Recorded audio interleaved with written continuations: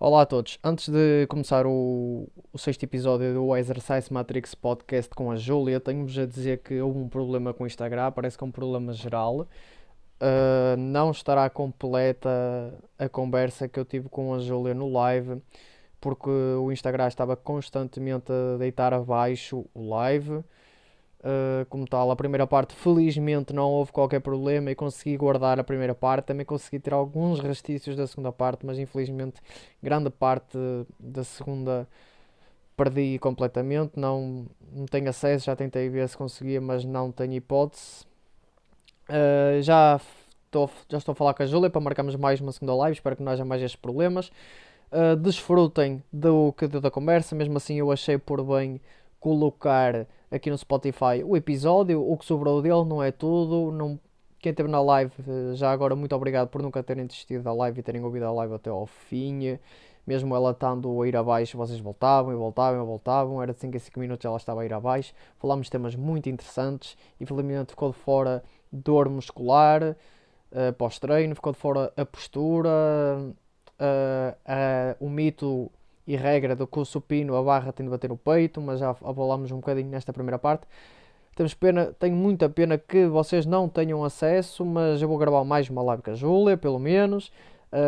Vamos continuar nesta caminhada de transmitir conhecimento aos profissionais de exercício físico de qualidade. Como tal, vou ter grandes convidados. O próximo convidado será Rui Lemos, professor auxiliar na Universidade de Trás-os-Montes de Alto Douro, é personal trainer, muitos de vocês conhecem, o Rui Maldini.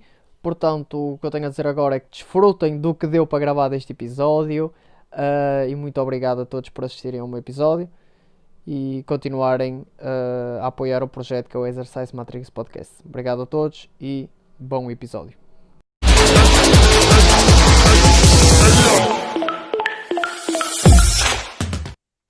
Oi, Júlia. E aí, Bruno, tudo bem? Tudo bem? Consegues ouvir bem? Tô ouvindo bem, e você? Deixa eu arrumar aqui a câmera certinho. Como é que tá o meu áudio aí? Tá top. Tá perfeito. Ah, que bom. Pedi pro Bruno hoje falar um pouquinho devagar, porque a Tem que diferença do ser. português, ela às vezes faz, né, deixa a gente um pouco em Faz. dúvida das palavras.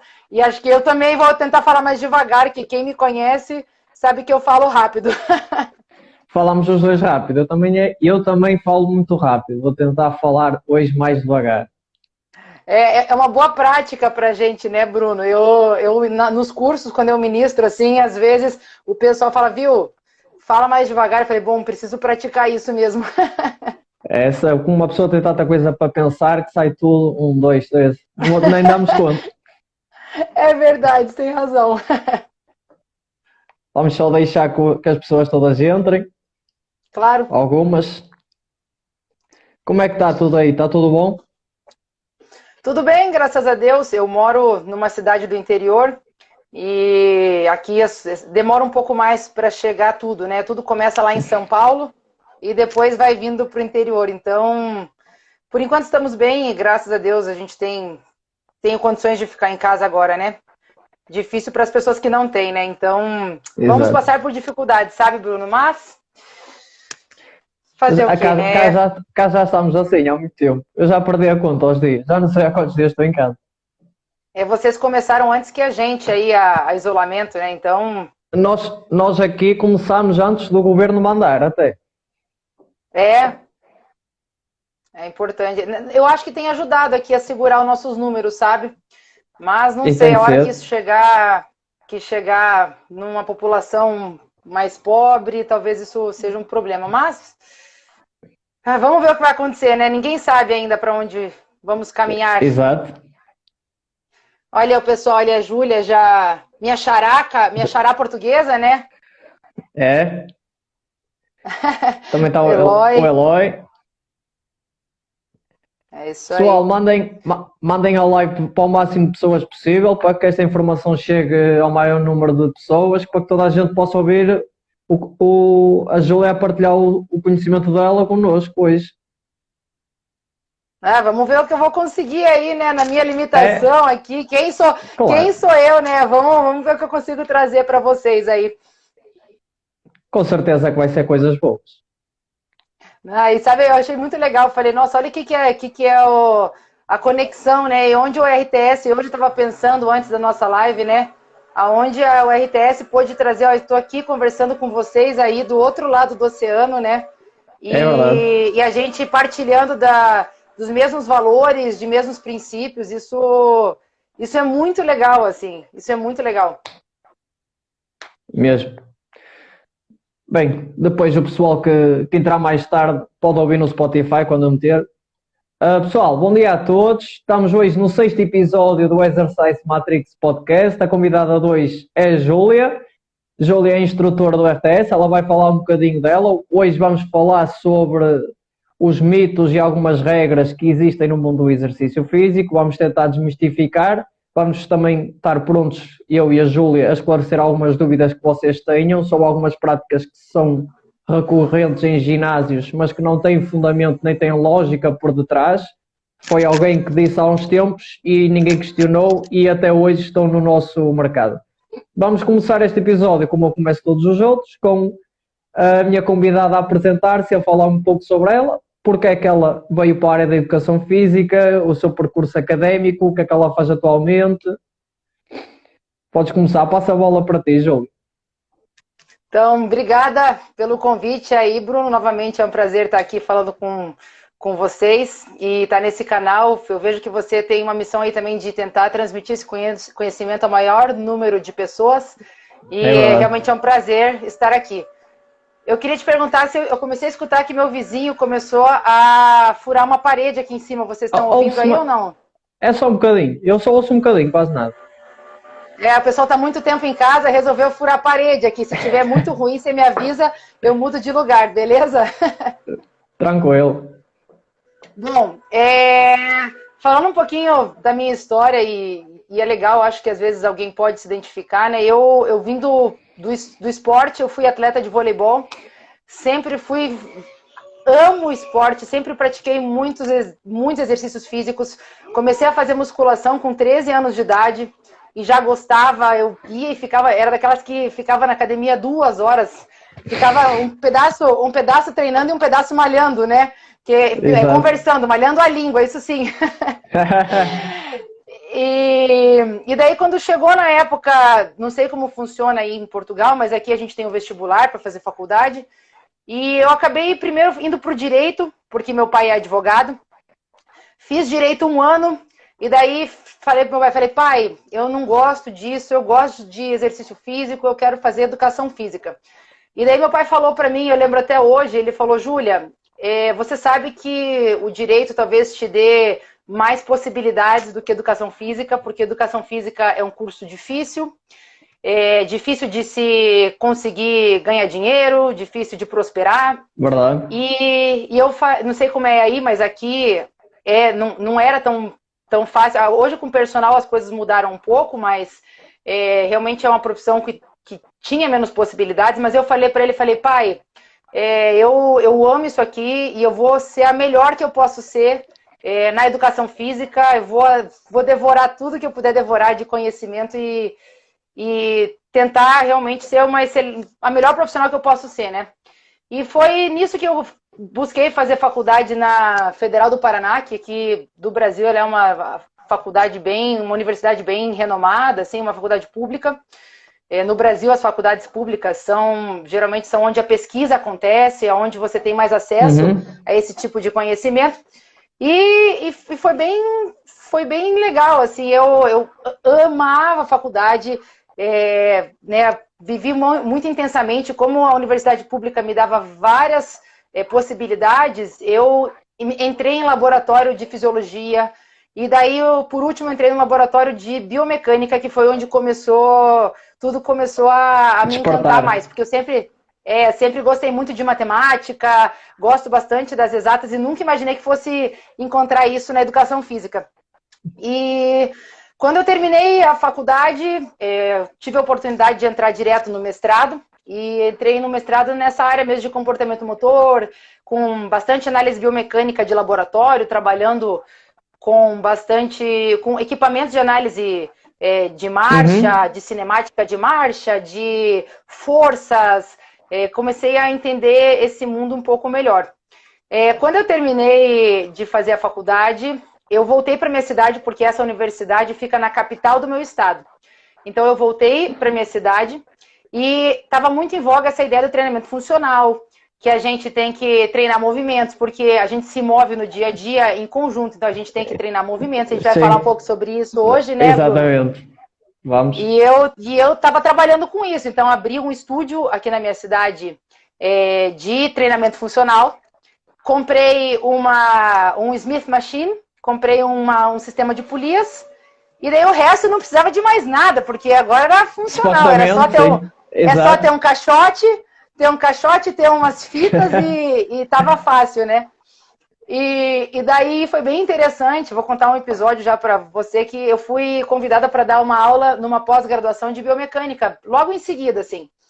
E eu fui dar aula sobre... Era mecânica do esporte e, claro, eu peguei um livro guia lá, eu lembro que era do Susan Hall, peguei para me orientar, para dar essa aula. E quando eu fui escrever no quadro o que eram as alavancas, fui explicar para as pessoas o sistema de alavancas, foi um choque para mim, que eu percebi que eu não sabia, eu não conseguia entender direito isso. Eu acho que os alunos não perceberam, sabe? Aquela primeira classe, segunda e terceira classe? Como assim? Isso. Fui explicar as alavancas. Primeira classe, segunda classe, terceira classe. E eu percebi que eu não conseguia entender como que isso era aplicado. Eu estava tentando repetir o que meu professor de biomecânica me ensinou na faculdade. E quando eu fui tentar repetir isso, eu olhava para aquilo, eu lembro até hoje de eu parar e olhar e falei, caramba, eu não entendo isso. E eu acho que eu disfarcei bem, a aula seguiu, eu continuei para o outro lado, mas aquilo ficou na minha cabeça, assim, me incomodou, sabe?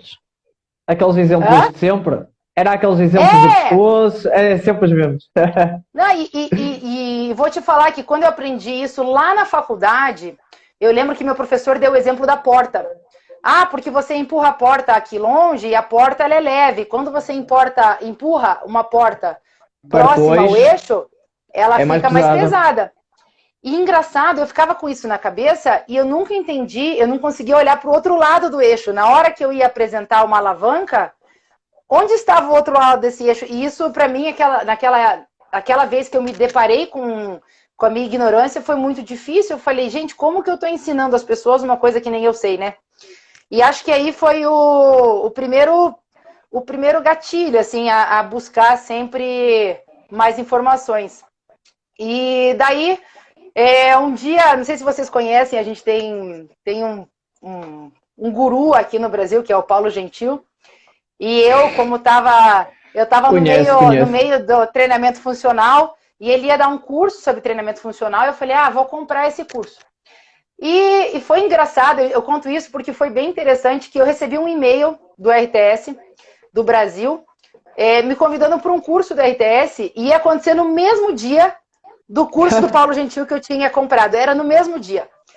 Daí eu olhei para aquele currículo do RTS e olhei para o Paulo e falei, bom, o Paulo Gentil vai falar tudo isso aqui eu já sei o que ele vai falar. Exato. E agora esse RTS vem com alavanca diferente de braço do momento e perfil da resistência, perfil... Eu falava, que coisa maluca é essa? Falei, vou me jogar nisso aqui vou me jogar nisso aqui que é uma coisa que eu não sei.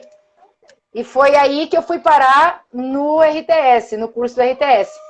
E é aquela história, né, Bruno? Primeiro dia, eu sentei no canto da sala, olhava ela, a Mariane, que me deu o curso, eu olhava ela desconstruir um monte de coisa que eu já tinha construído. Um monte, e eu passei o primeiro dia inteiro duvidando, falava assim, não é possível isso. Como assim? Tem que treinar isolado?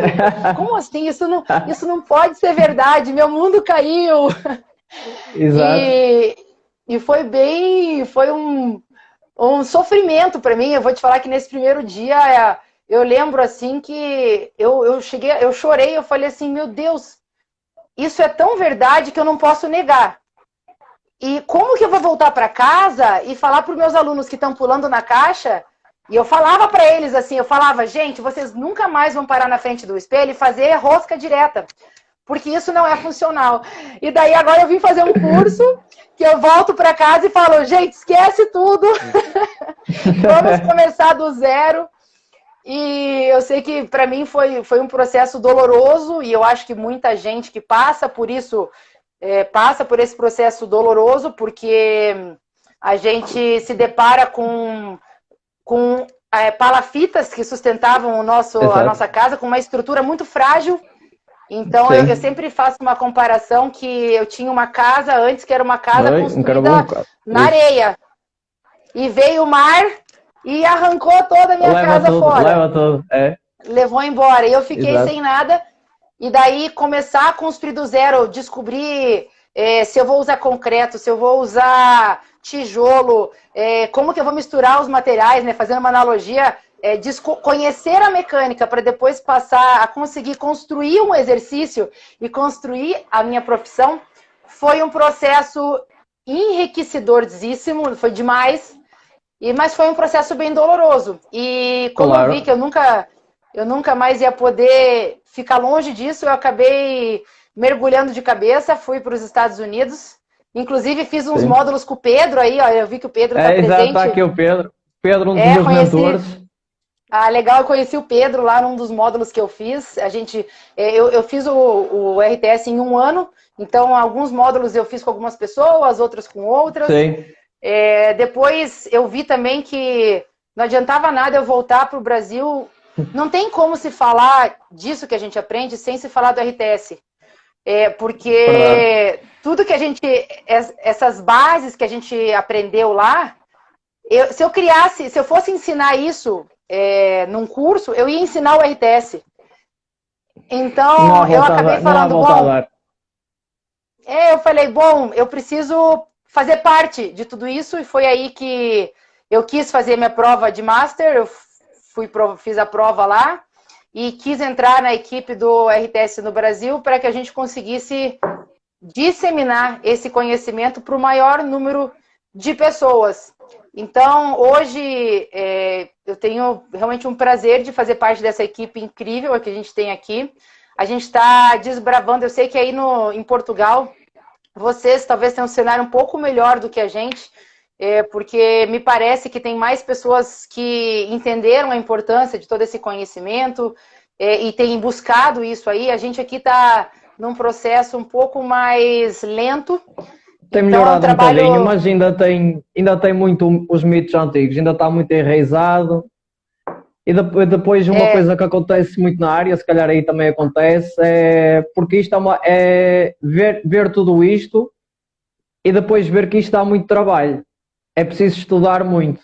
E o outro é mais fácil. O funcional, por exemplo, é mais fácil. Não quero tirar mérito, mas é mais fácil. É decorar exercícios e é fazer movimentos, padrões de movimento. Este aqui nós percebemos cada movimento. Depois, dentro da série, isto está a mudar tudo. Eu sei que tenho que ter cuidado porque isto vai acontecer, se calhar isto. E pode não acontecer. E agora, se não acontecer, já não é contar reps, não é fazer o mais rápido possível. Às vezes fazer rápido, outras vezes fazer lento. Porquê é que eu vou fazer lento agora? Porquê é que eu vou fazer? Lá estou a falar rápido.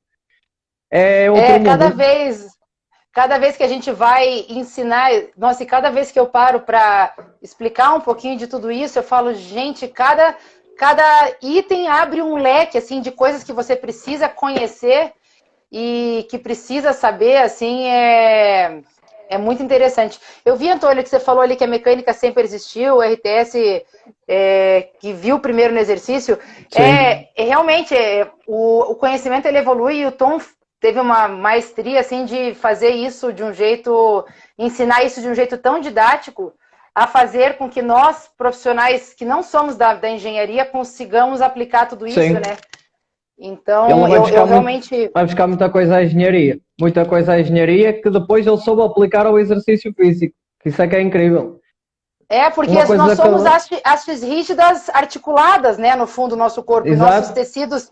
E mesmo os tecidos que têm deformidade também são suscetíveis às leis da física, né? Exatamente. Uma analogia muito, muito boa que eu gosto de fazer isto aqui do RTS é como quem nunca viu, que vai ver o Matrix, é igual. Isto tudo já estava cá, isto sempre esteve cá, nós é que nunca acordámos para ver. Exatamente.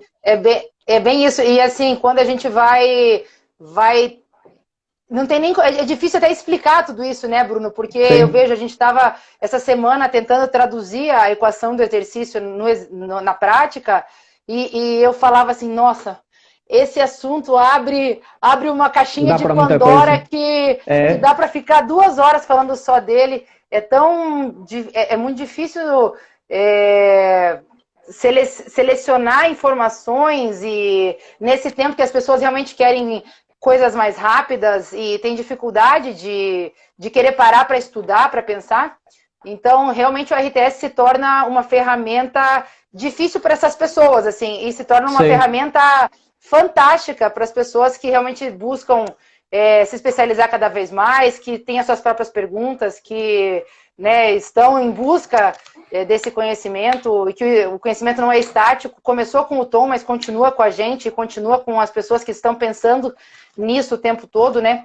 Então, realmente, a gente está aqui nesse processo para tentar fazer com que mais pessoas exato. entendam e considerem isso nos seus treinamentos, né, Bruno? Que mais pessoas saiam da Matrix. Toma a pílulazinha para sair Toma da a pílula Matrix, né, Dan? vermelha, é só escolher.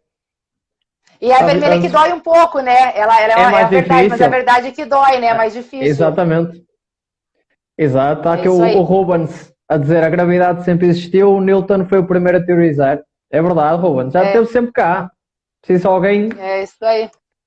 É É uma isso coisa aí. boa do RTS e do Tom. É o Tom poder ter aceito tudo o que lhe diziam, mas ele, pá, será que isto é assim? E não ter medo de questionar. É uma coisa que nós não podemos ter medo, principalmente alunos na Perfeito. faculdade, profissionais, que é questionar tudo. Dizem-me isto, mas porquê que é assim? Como é que é assim? E se for assim? Temos de questionar sempre tudo e mais alguma coisa e não aceitar só porque nos dão, ou porque alguém disse, ou porque alguma entidade disse, porque o American College disse. Eles podem estar errados, o Tom pode estar errado, já esteve errado muitas vezes, e se calhar está errado em algumas coisas, e depois ele vai dizer, pá, estava errado ali. Eu hoje, digo, estou a dizer as neiras de certeza, daqui a uns tempos vou pensar, era mesmo burro, foi quando eu disse aquilo. Né? Digo mesmo, é bem isso, Bruno. O conhecimento, ele é. Eu acho que essa noção do nosso tamanho nesse mundo, a nossa ignorância nisso, e o quanto Exato. a gente tem para descobrir, também foi outra coisa que o RTS me abriu a mente, assim, né? Que foi, para mim, foi um abrir de olhos. Mas esse daí é o primeiro mito, eu acho, que a gente vem para desmistificar, que a gente já tem na escola, né? De que a gente não pode questionar um Sim, livro, que isso tudo, o exato. conhecimento ele vem pronto para a gente, né? E não, talvez eu possa questionar isso e talvez começar a pesquisar dentro desse assunto para onde ir, enfim. Exatamente. Até porque não esquecer, os livros são feitos por pessoas, por isso as pessoas também erram, estão sujeitas a erros. E podem estar numa Perfeito. parte do livro certo e vira-se o próximo capítulo, mas espera, o que é que aconteceu aqui? Está a contradizer o que disse antes. É verdade isso, bem isso mesmo, Bruno. Mas então Exato. da minha história é meio isso, assim, eu gosto de contar um pouco até dessa aflição, porque contar para as pessoas que é um processo doloroso, mas que é maravilhoso, que não tem preço, não tem preço você ter controle do que você está fazendo. Não tem preço você entender o que está acontecendo, não tem preço. Então, Não tem, não. é doloroso, mas é uma gratidão tão grande por esse processo de dor que hoje eu estou muito feliz em estar aqui, enfim, e poder realmente tentar fazer mais pessoas enxergarem esse lado da Matrix, né? Exatamente, exatamente. Bem, vamos começar, pessoal. Enviem este, como eu já pedi, enviem esta live para os vossos amigos, para que chegue esta conversa interessante, estamos até que a Júlia é o máximo número de pessoas possível. Podem fazer perguntas à vontade, depois nós vamos responder no final, ou se acharmos muito pertinente, vamos respondendo ao longo da conversa. Nós vamos começar com um dos maiores mitos, que é o agachamento é o melhor exercício de todos. Toda a gente deve fazer agachamentos. O que é que acha, Júlia, sobre isto? Bruno, eu não sei se o teu público aí já é um pessoal todo que já está engajado com tudo isso, ou se Não você sei, tem também não sei. pessoas Alguns são, que outros não. na realidade, o agachamento virou o papa dos exercícios, né? E eu considerava também isso. Eu considerava que todo mundo tinha que agachar, que quem não conseguia, a gente tinha que fazer agachar, porque isso é um exercício funcional, porque é usado para levantar da cadeira, é usado para sentar no carro, enfim. Mas o Tom sempre... Eu vou trazer sempre o Tom aqui, porque eu acho que ele tem umas analogias que são muito pertinentes, incríveis. Bem legais. Que ele sempre fala assim, né? É o melhor exercício para quem? Para um paraplégico? Exato. E por mais que seja bem impactante, a gente tem que tirar esse mito de que existe o melhor exercício, né? A gente sempre tem que levar em consideração na hora da prescrição a pessoa que tá fazendo exercício, o que ela traz para dentro do ginásio, né? Para dentro da academia, para fazer tudo isso. Então, será que ela precisa fazer? Exato. Será que uma coisa é levantar da cadeira. Uma coisa é levantar da cadeira, outra coisa é fazer o exercício lento, controlado e com carga. São coisas diferentes, são cenários mecânicos diferentes. Sempre. E a gente sempre diz assim, por exemplo, a pessoa vai entrar no carro. Se tá calor, se tá frio, se o carro tá com o mais alto, mais baixo. São tantas variáveis mecânicas daquilo que na hora de você orquestrar aquilo, não é treinar agachamento na academia que vai te fazer... Talvez pode ajudar você a ter... Né? Não vou dizer que o agachamento mas depende para quem. Talvez nem todo mundo precisa fazer para conseguir entrar no carro. Talvez se a gente conseguir trabalhar nas partes, a gente consiga o mesmo resultado, ou resultados melhores, depende. Tudo é uma questão de escolha, né? Então, sempre olhar para quem é essa pessoa. Como diz o Arthur, um dia ele colocou a maior variável do exercício que a gente tem é quem. É o quem, né? Porque o quem, a hora que a pessoa chega, ele que decide o que vai ser feito, o que não vai ser feito, qual é esse objetivo do treino, o objetivo do exercício, o objetivo da pessoa. E eu acho que isso pauta muito. Então, decidir o melhor ou o pior exercício acaba sendo inútil, assim, porque não tem como não existe um exercício que sirva para todas as pessoas. Não existe. Não. E o próprio agachamento, não há um padrão de agachamento. Depende muito da pessoa, depende de como a pessoa é construída, ela vai agachar de maneira diferente, um vai passar o joelho mais à frente, outro vem mais para trás. E temos de ter em conta que por exemplo, outra regra, podemos já abordar, que tem de agachar sempre até à paralela, até aos 90 graus. Muita gente não é feita para isso. Aliás, muitos de nós, a maior parte de nós, se calhar, não tenho dados para dizer isto, é só por experiência, não são feitos para agachar com carga. Não somos feitos para agachar com carga. Temos para agachamos no nosso dia-a-dia, mas é o que eu digo, é diferente de pôr uma barra às costas e agora eu vou descer, porque o recrutamento muscular é completamente distinto. Há uma imagem muito conhecida que até destrói um bocado o FMS, que é um atleta campeão olímpico do weightlifting a fazer o teste do overhead squat e ele está completamente todo torto, não consegue pôr os ombros lá atrás, mas metes uma barra com 200 kg e ele, opa, tranquilo, porque o recrutamento e o cenário é diferente, é o contexto. Não, é perfeito. E sabe, Bruno, que inclusive para a gente conversar aqui, eu fui dar uma sapiada na internet, ver aí, e eu entrei, o pessoal fala assim, não, porque daí vem as pesquisas falando, não, você tem que agachar, todo mundo tem que agachar até o chão. E se você não agachar até o chão, os efeitos do agachamento não são os mesmos do que as pessoas que agacham parcial. E daí eles vêm nessas comparações de achar o que é o melhor. E realmente, dentro da própria amostra que ele tem, a gente tem pessoas com proporções segmentares diferentes, o torque nas articulações vai ser diferente em cada pessoa. Então, você vai ter pessoas que vão ter um estímulo maior para quadril, outro estímulo maior para o joelho. E isso tudo vai mudar o resultado do exercício. Então, mesmo as medidas, né, de hipertrofia, medida de recrutamento, tudo isso é dependente da mecânica, que vai ser um estímulo para a gente enxergar o resultado. Então, eu vi agora um artigo que falava, não, todo mundo tem que agachar até o chão, e mesmo quem não consegue é por preguiça do professor, estava escrito isso, inclusive. Ah, é preguiça? Ah, tá certo. Claro. Daí eu falei, gente, que coisa, né? E se você for ver numa amostra, sei lá, de 50 pessoas, quantas conseguem realmente fazer um agachamento completo? Ou quantas, talvez, não podem agachar? Quantas, talvez, agachariam pela metade? Eu tenho uma cliente minha que ela tinha uns 28 osteófitos no joelho, sabe? E 28? ela sentia... ela tinha uma coleçãozinha de osteófitos, assim. E daí eu queria inserir para ela um estímulo para o quadril. Eu sei que eu criei um cenário onde eu conseguia fazer a linha da força passar na articulação do joelho e ela fazer um agachamento que não se parecia com nenhum agachamento que você vê na internet, né? Se parecia com o meu agachamento que eu criei. E eu, para aquele cenário específico que eu queria criar, eu fiz a minha versão de agachamento. Então, é isso, as pessoas, não existe o melhor, existe o que é melhor naquela situação que você se depara na hora do treino, né? Exatamente. É específico para cada pessoa. E depois outra coisa que eu estive a falar contigo, falámos antes, é nas pesquisas diz assim, se passar dos 90 para baixo vai ativar mais adutores ou vai usar mais glúteos, acho que é adutores que eles dizem se passar dos 90 graus para baixo. Eu pergunto, bem, a pessoa, vale mesmo a pena ela passar os 90? Primeiro, pode nem conseguir passar os 90, logo aí.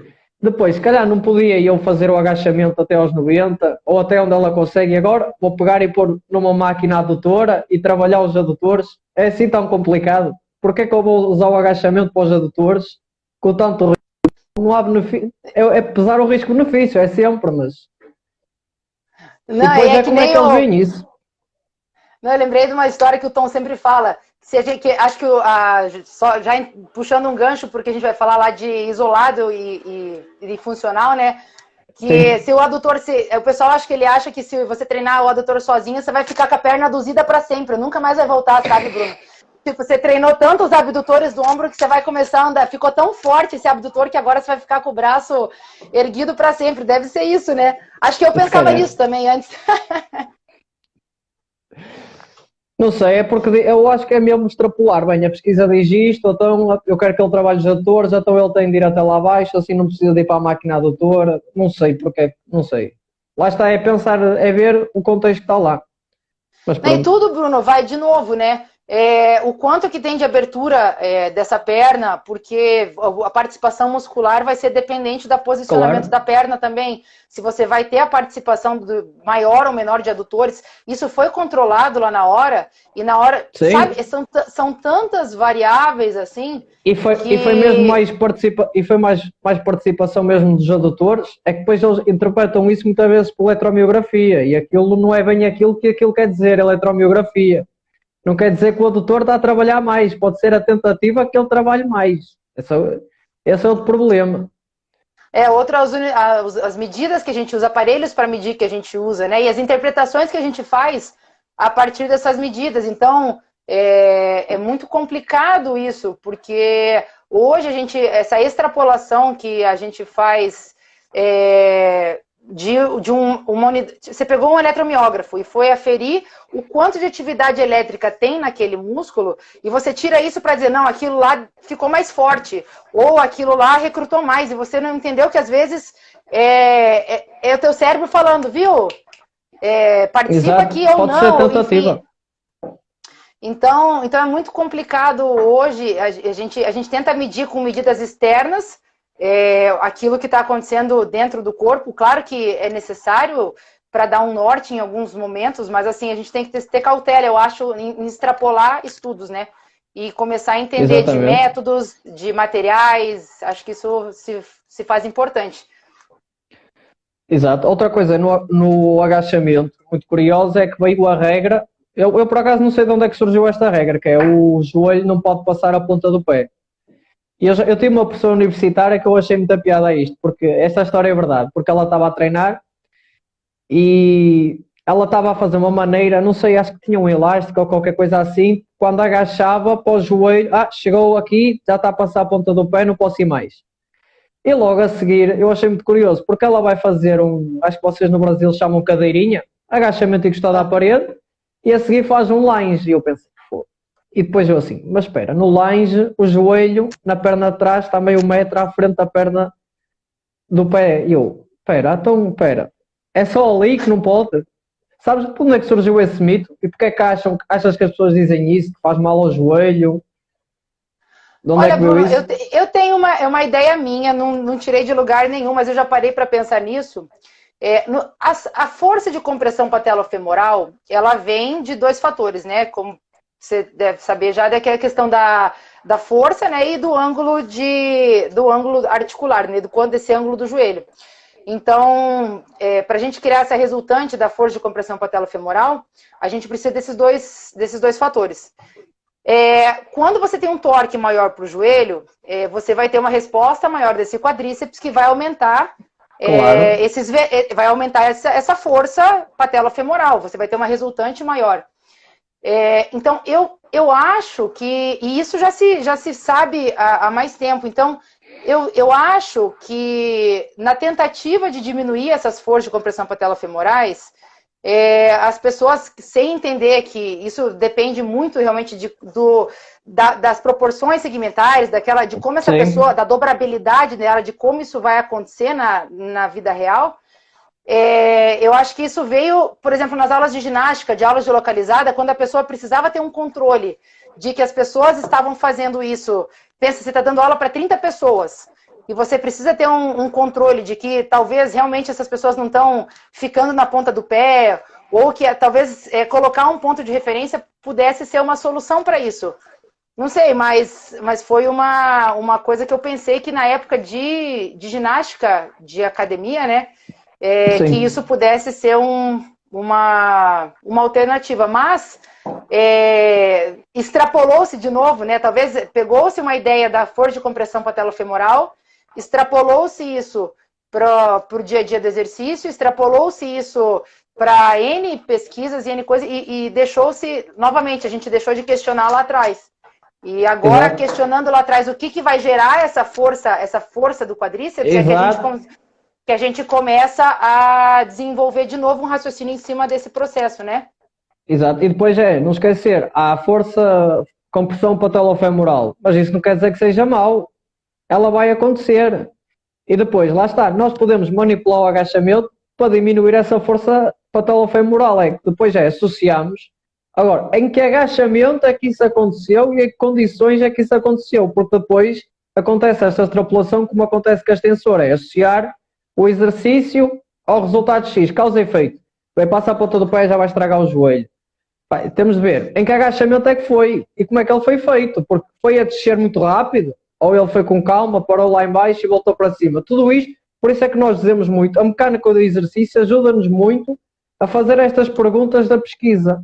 Dá-nos a suporte do iceberg e as pesquisas são a ponta. Nós conseguimos perceber mais ou menos, não quero dizer predizer o que é que vai ser o resultado, mas conseguimos fazer as perguntas certas e ter determinada resposta. E você falou muito bem aí, que é bem essa questão a força articular, ela existe o tempo todo. E é por isso que ao longo da vida a gente tem esse desgaste, né? É um desgaste natural. O uso traz o desgaste. Claro. A dose é o quanto aquela pessoa, né? O quanto ela tolera, o quanto ela pode tolerar, o quanto isso pode acontecer. E extrapolar, às vezes, esse excesso, talvez, essa maior força de compressão patelofemoral, por exemplo, para todo mundo, talvez não seja interessante, porque realmente vai ter pessoas, como a minha cliente, que eu criei um agachamento, onde a linha da força do exercício, eu estava no Smith Machine, né? A linha da força praticamente atravessava a linha do joelho. Ficou um negócio meio parecido com agachamento, stiff, mas assim, foi o que eu precisava. Eu não precisei dar um nome, o nome era Júlia. Eu sempre falo, o nome desse exercício é Júlia, sei lá, não precisa ter nome. Ele era uma flexão de quadril com um pouquinho de flexão de joelho e dorsiflexão, mas ele tinha uma linha da força que passava sobre a articulação do joelho, e para mim ela conseguia executar o exercício dessa forma. Então a gente começou se constrói um exercício baseados no cliente, né?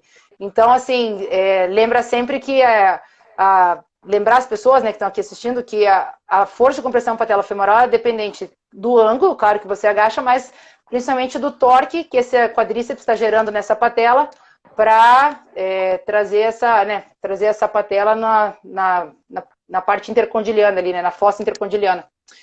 E daí também, né, Bruno, só entrando já um pouquinho mais a fundo. Força. Não, mais um pouquinho, porque eu acho bem legal também da questão da estrutura da articulação. Então, tem-se muito esse pânico, nossa, força de compressão patelofemoral. Mas Área de a gente superfície da estudando... patela conta muito. Então, a gente tem que levar isso em consideração. São vários fatores. As pessoas também, um dia eu estava ouvindo um podcast do Tom, do Ben Pakulski, e foi super legal que ele falou assim, nossa, eu agacho super bem e consigo colocar bastante carga no agachamento.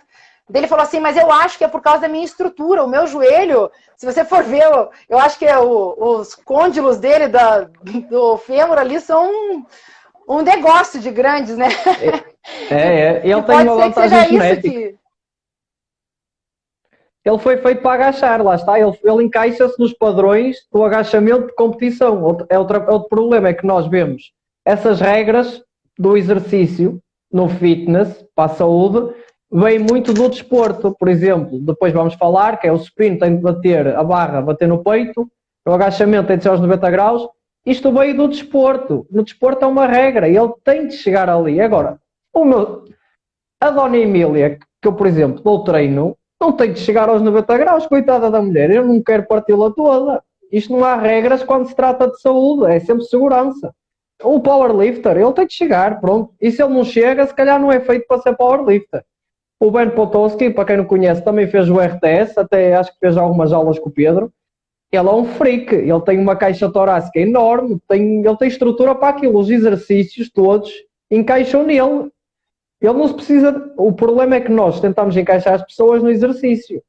E indivíduos como ele, tudo encaixa nele, que ele tem, a estrutura é perfeita para aquilo. Não, e sabe que um dia, enfim, como a nossa comunidade do RTS ela é grande, né? Então a gente acaba seguindo as pessoas e tem pessoas que trazem umas ideias bem legais. E um dia o Chris Granny trouxe uma analogia muito legal, que ele falou assim, então você pega você tem que se dirigir aí de Porto a Lisboa, né? Então, e você tem uma estrada de asfalto, pista dupla, maravilhosa, que você chega... Quanto tempo dá de Porto a Lisboa, mais ou menos? 3 horas e meia, mais ou menos. Então, digamos que você chega em 3 horas. Mas tem uma estrada de chão que é porreta, que vai deixar você chegar lá em 1h30. Daí o que acontece? Eu sou um Fusca, você é uma Land Rover. No Brasil tem o Fusca aí, que vamos ver um carro bem simples aí que tem aí em Portugal. Não sei se teve Fusca em Portugal. E eu de carros não percebo nada, mas se calhar é tipo um Fiat, ponto, não sei. Acho que teve o Fiat. Bem, então, eu sou um carro bem frágil, bem simples, e você é uma Land Rover, um porreta, né? E daí nós dois vamos tentar chegar a Lisboa, aí saindo de Porto. Então, eu na estrada de chão, no meu Fusquinha, talvez eu nem chegue lá. Eu escolhi chegar no caminho mais rápido, talvez eu nem chegue. E você, Bruno, você é o porreta. Você talvez vai fazer 1, 2, 3, 10 viagens até Lisboa e talvez não dê nada. Mas isso não quer dizer que dentro lá do seu motor, dentro da sua engrenagem, que os parafusos não estejam trabalhando um pouco diferente. Isso não quer dizer que a gente não sabe o que está acontecendo aí dentro, né?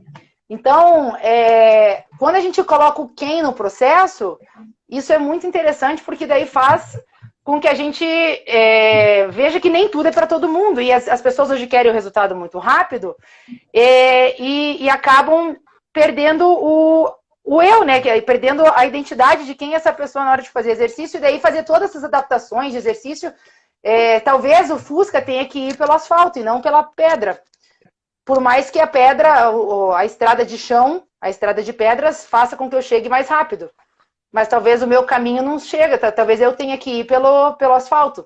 Então eu acho uma analogia essa muito legal para trazer para o exercício, que cada estrada vai ser compatível com um tipo de pessoa, um tipo de carro, né? Sim. E depois é uma coisa que temos de ter em consideração, que é a seleção natural, porque vem sempre ao de cima o argumento de mas ele ou eu faço isto há 20 anos e nunca me doeu nada.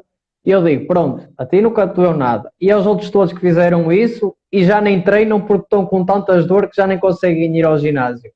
É que toda a gente só se lembra quem chega ao Everest. Quem ficou pelo caminho, nunca ninguém se lembra deles. É como fumar. O outro fumou e não morreu, mas tem gente que morre, né? Exatamente.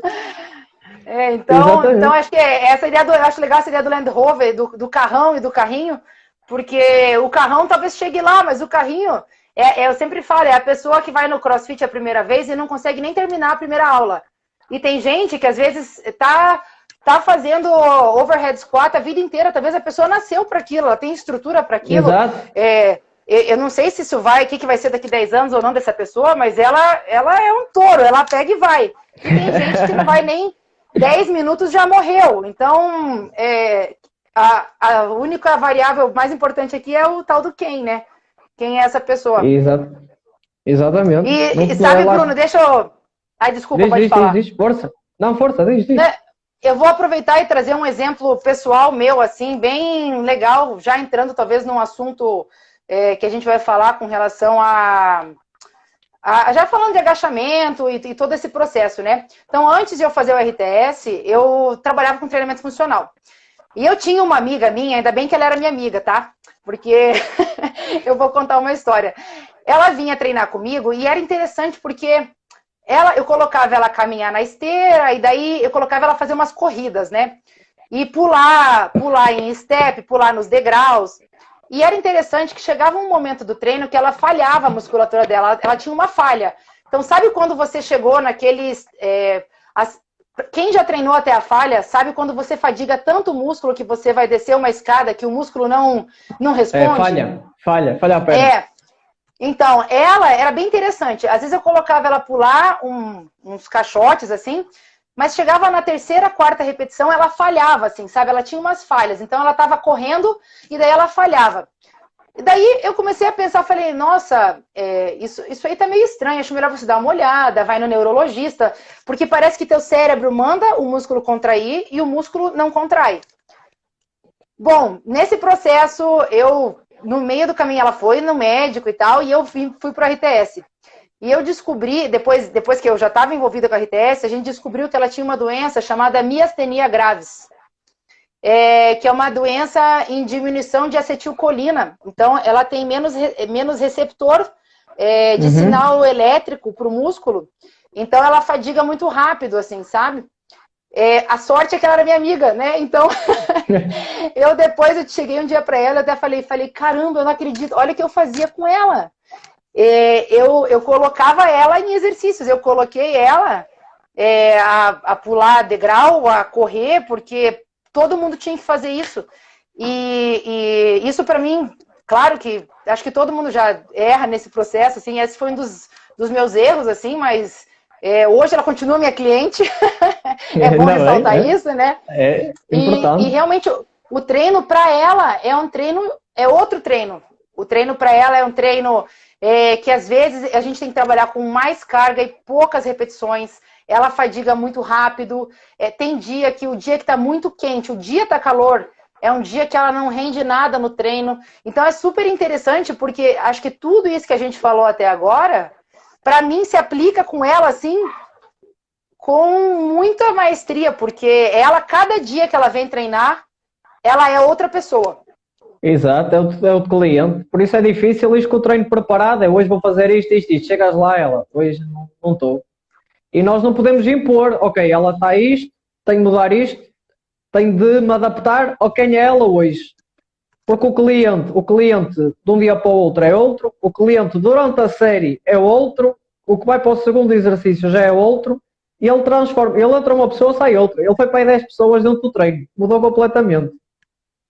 Então isso é muito interessante. Eu vivo isso todo dia na pele.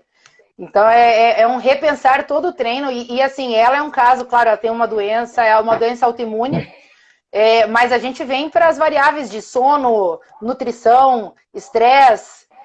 Às vezes a pessoa chega para treinar de manhã cedo, tá no gás. Isso vai ser um treino. Às vezes a pessoa durante o dia teve um problema no trabalho e vem treinar à noite, é outro treino. E às vezes a criação do treino tem que ser diferente. Às vezes a maneira com que aquela pessoa está executando os exercícios é outra. Então, é muito interessante isso, como as pessoas mudam a cada treino também. Não só pessoas com doença, mas pessoas normais, né?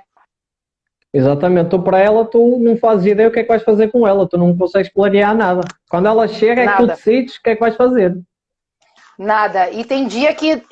Olha, as variações são várias, porque o calor interfere, o sono interfere, o estresse interfere. O calor eu sei que é bem forte. A bebida, se ela às vezes saiu e bebeu, interfere. Tudo isso interfere bastante. Então, realmente, o resultado. Quando ela chega, a gente fala: bom, como é que você está se sentindo hoje? E sempre é um continuar, uma avaliação contínua, né? É aquela investigação contínua. Como é que está nesse exercício? Está indo bem? Aguenta mais uma série? Como é que... e ela é uma pessoa que eu jamais chego até a falha. Porque ela vai ter que sair dali da academia e vai ter que viver. E para ela, que já tem poucos receptores, trabalhar com isso, trabalhar numa situação onde ela está muito fadigada, isso seria uma negligência da minha parte. Fazer Claro. com que ela saia do treino cansada, né? Assim, ou com fadiga extrema, assim, da musculatura. Então, são experiências, eu acho que é legal trazer, né, Bruno? Porque Claro, se a gente, muito. às vezes, tem no nosso espectro de clientes, assim, nosso espectro, só gente Land Rover, é fácil prescrever treino pra gente Land Rover, gente. O Land Rover faz tudo. O Land Rover, ele agacha, ele faz a fundo, ele faz tudo. Agora, É fácil.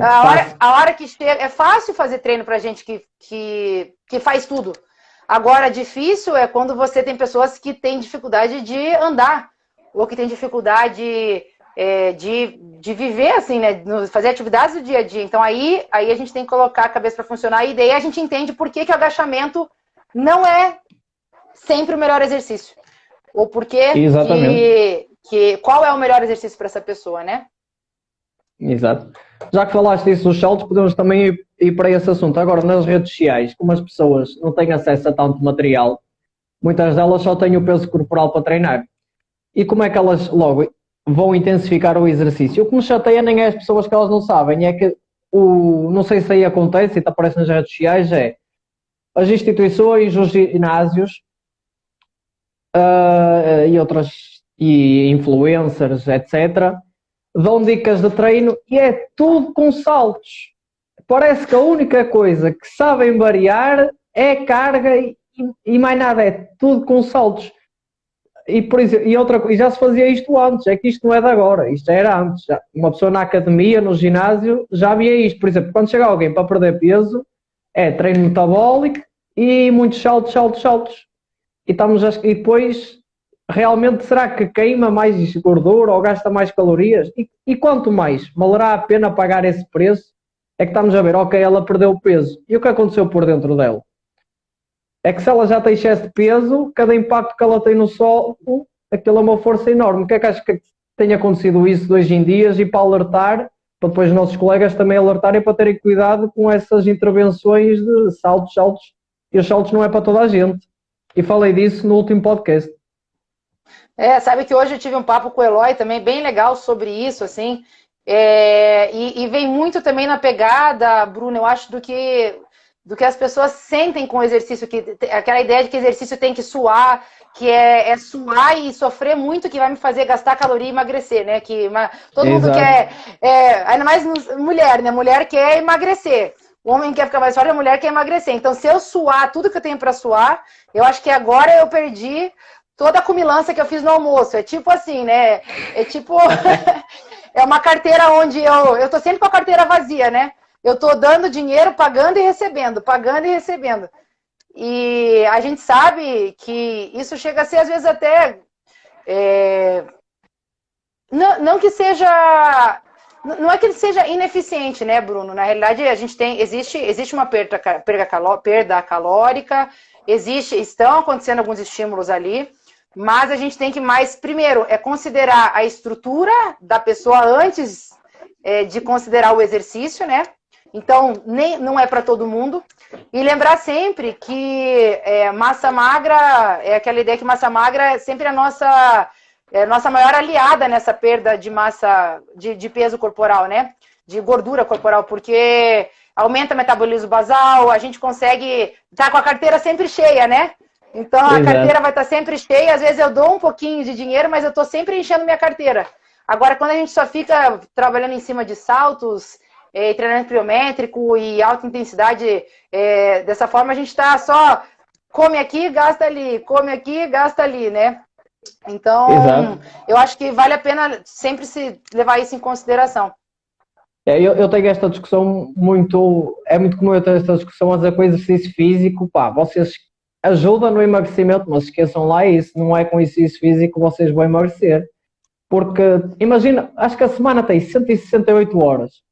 Se eu treino 3 horas por semana, e as outras 165, se eu comer mal nas outras 165 horas, eu posso fazer os treinos que me apetecia 3 horas que não vai adiantar de nada.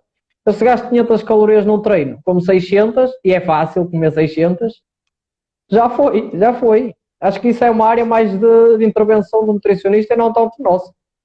Bruno, e outra coisa também, que eu já passei por isso, assim, a parte emocional hoje em dia interfere demais nisso, demais.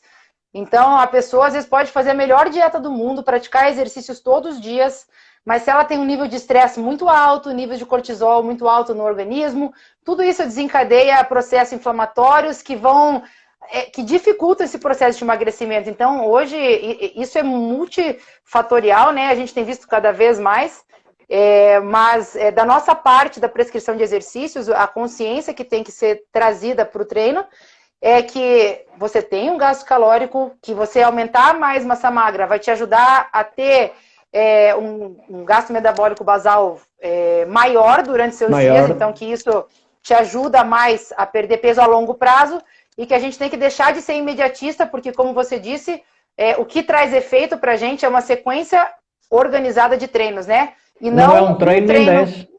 Não é um treino. Então, as pessoas querem tirar em um treino aquilo que elas comeram em uma semana de enclausuramento aí. O pessoal está querendo... Vai ser assim, eu comi a semana inteira, agora faço 2 horas subindo e descendo escada. Daí eu como mais uma semana, daí faço mais 2 horas de bicicleta. É tipo assim que acontece o negócio, né? Isso não funciona. Era bom. Bem, pessoal, estamos quase a fazer 1 hora, o tempo passou a voar. Gonçalo, depois faz essa pergunta a seguir, está bem, para ficar guardada. Nós vamos sair da live e vamos voltar a entrar, porque já está a fazer 1 hora, isto passou a voar, passou muito rápido. Quando as conversas são interessantes, acontece isso, está bem? Eu e a Júlia vamos sair e já vamos voltar a entrar, portanto estejam atentos que vamos mesmo já entrar. São 10 segundos mais ou menos. Ok, Júlia?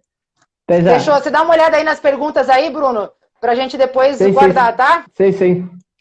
Beleza, até daqui a pouco. Até já. Já estamos de volta. Vamos só esperar que toda a gente volte a entrar. Gostei do look aí, do seu esqueleto ali atrás, hein? Está todo. Cada vez está melhor. Viu? Eu voltei a falar rápido, eu acho, né? Como é que tá aí, Bruno? Tá dando para entender? Tá tranquilo? Não, dá para entender bem, sim. Ah, beleza. Eu também dá para perceber bem. Eu às vezes, quando engato, é igual. A gente engata nunca mais. É que a gente fala de uma coisa, eu não sei você, né, Bruno? Porque daí, nessa busca de ser a melhor profissional que eu posso ser, eu acabei me apaixonando por tudo isso, assim, sabe? E essa paixão, assim, ela se traduz nesse falar rápido, nessas conversas que a gente tem, porque isso é tão transformador, isso é tão legal, que eu acho que o falar rápido é só o coração saindo pela boca, sabe? Exatamente. Esse é o lugar que meu coração tá hoje em dia. Exato. Grande abraço, Tó Zé. Está aqui uma das pessoas que quando eu comecei a treinar, que me acompanhou e que me ajudou, entrou agora aqui. Foi dos que me fez os primeiros planos de treino. Grande abraço para o Tó Zé. Que legal. Mesmo. Vamos só esperar mais um bocadinho que chegue toda a gente. Bem, pessoal, podem fazer perguntas que eu depois vou anotar. Vou anotando. Nós ainda temos aqui algumas temáticas para falar, mas deve passar rápido. Podem ir fazendo perguntas que eu vou anotando aqui. Depois, ao fim, fazemos aí uma ronda de perguntas para ver esclarecidas todas as dúvidas ou mitos que vocês ainda ouçam. E se fugir do tema, também não há problema. Acho que a Júlia não se importa. Estamos aqui para aprender e para esclarecer o máximo de dúvidas possível para todos vós. No que eu puder contribuir aí, tamo junto. Exatamente. Bruno, eu acho que muito dos mitos, eu acho bem legal talvez trazer isso agora, que muito dos mitos que a gente vai explorar aqui, eles caem por terra bem quando a gente traz essa temática do quem, né?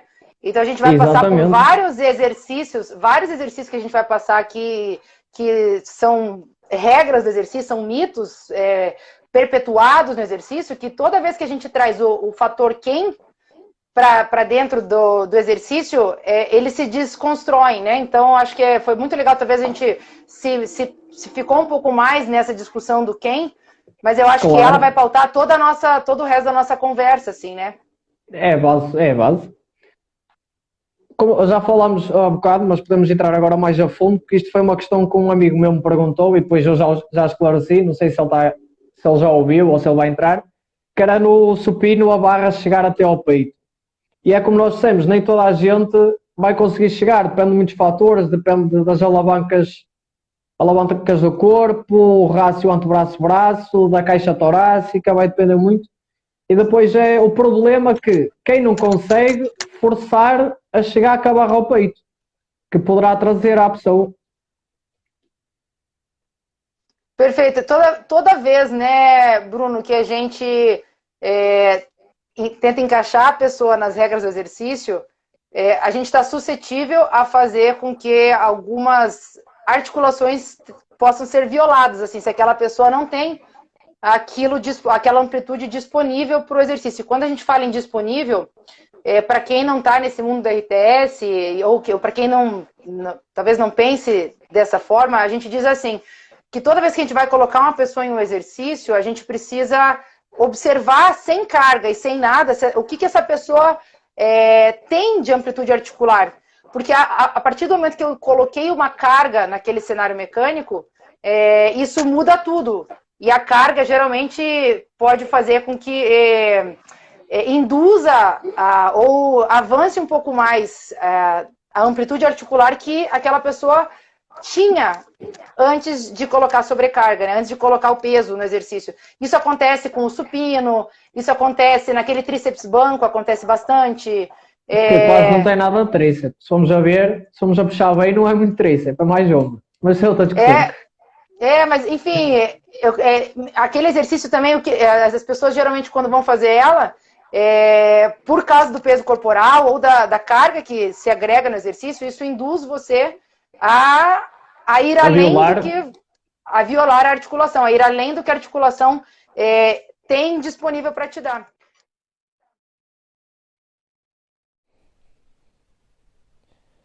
Estamos de volta. Vou mandar isto para o povo.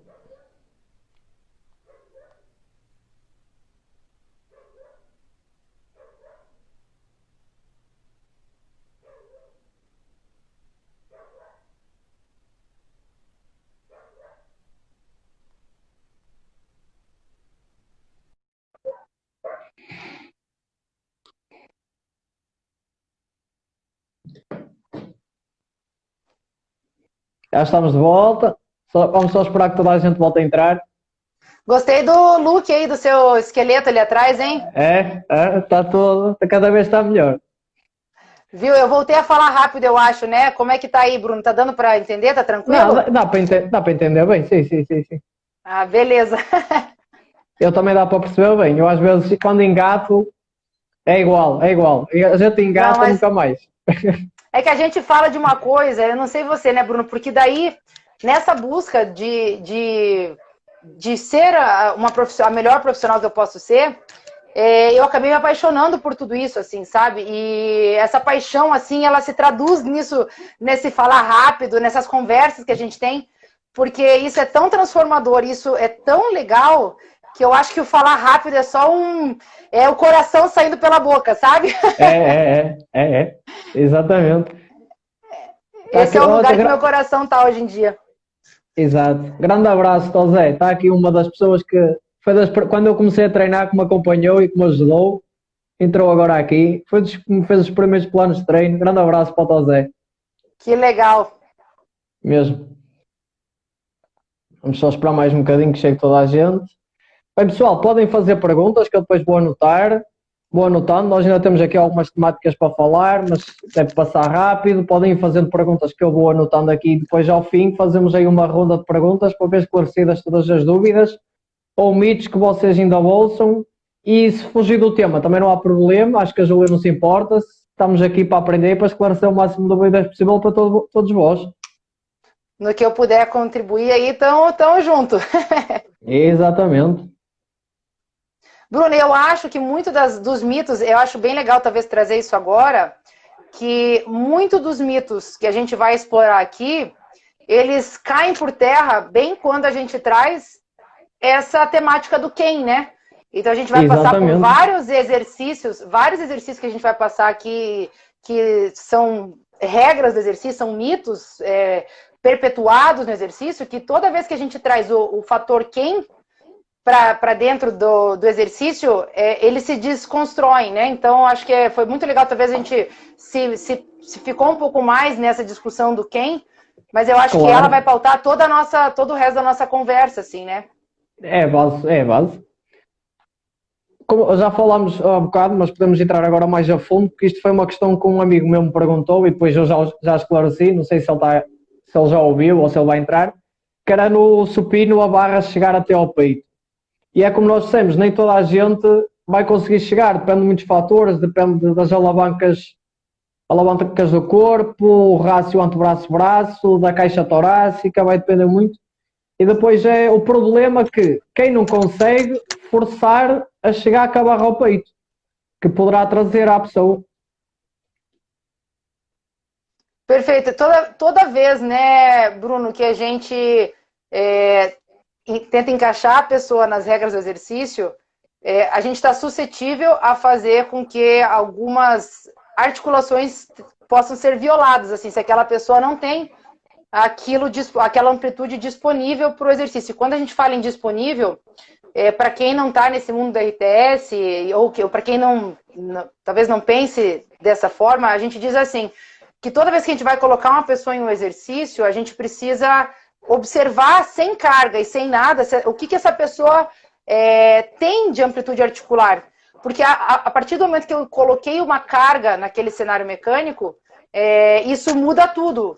E a carga geralmente pode fazer com que induza ou avance um pouco mais a amplitude articular que aquela pessoa tinha antes de colocar sobrecarga, né? Antes de colocar o peso no exercício. Isso acontece com o supino, isso acontece naquele tríceps banco, acontece bastante. Porque quase não tem nada de tríceps. Se formos a puxar bem, não é muito tríceps, é mais ombro. Mas é outra discussão. Mas enfim, aquele exercício também, as pessoas geralmente quando vão fazer ela, por causa do peso corporal ou da carga que se agrega no exercício, isso induz você a ir além a violar a articulação, a ir além do que a articulação tem disponível para te dar.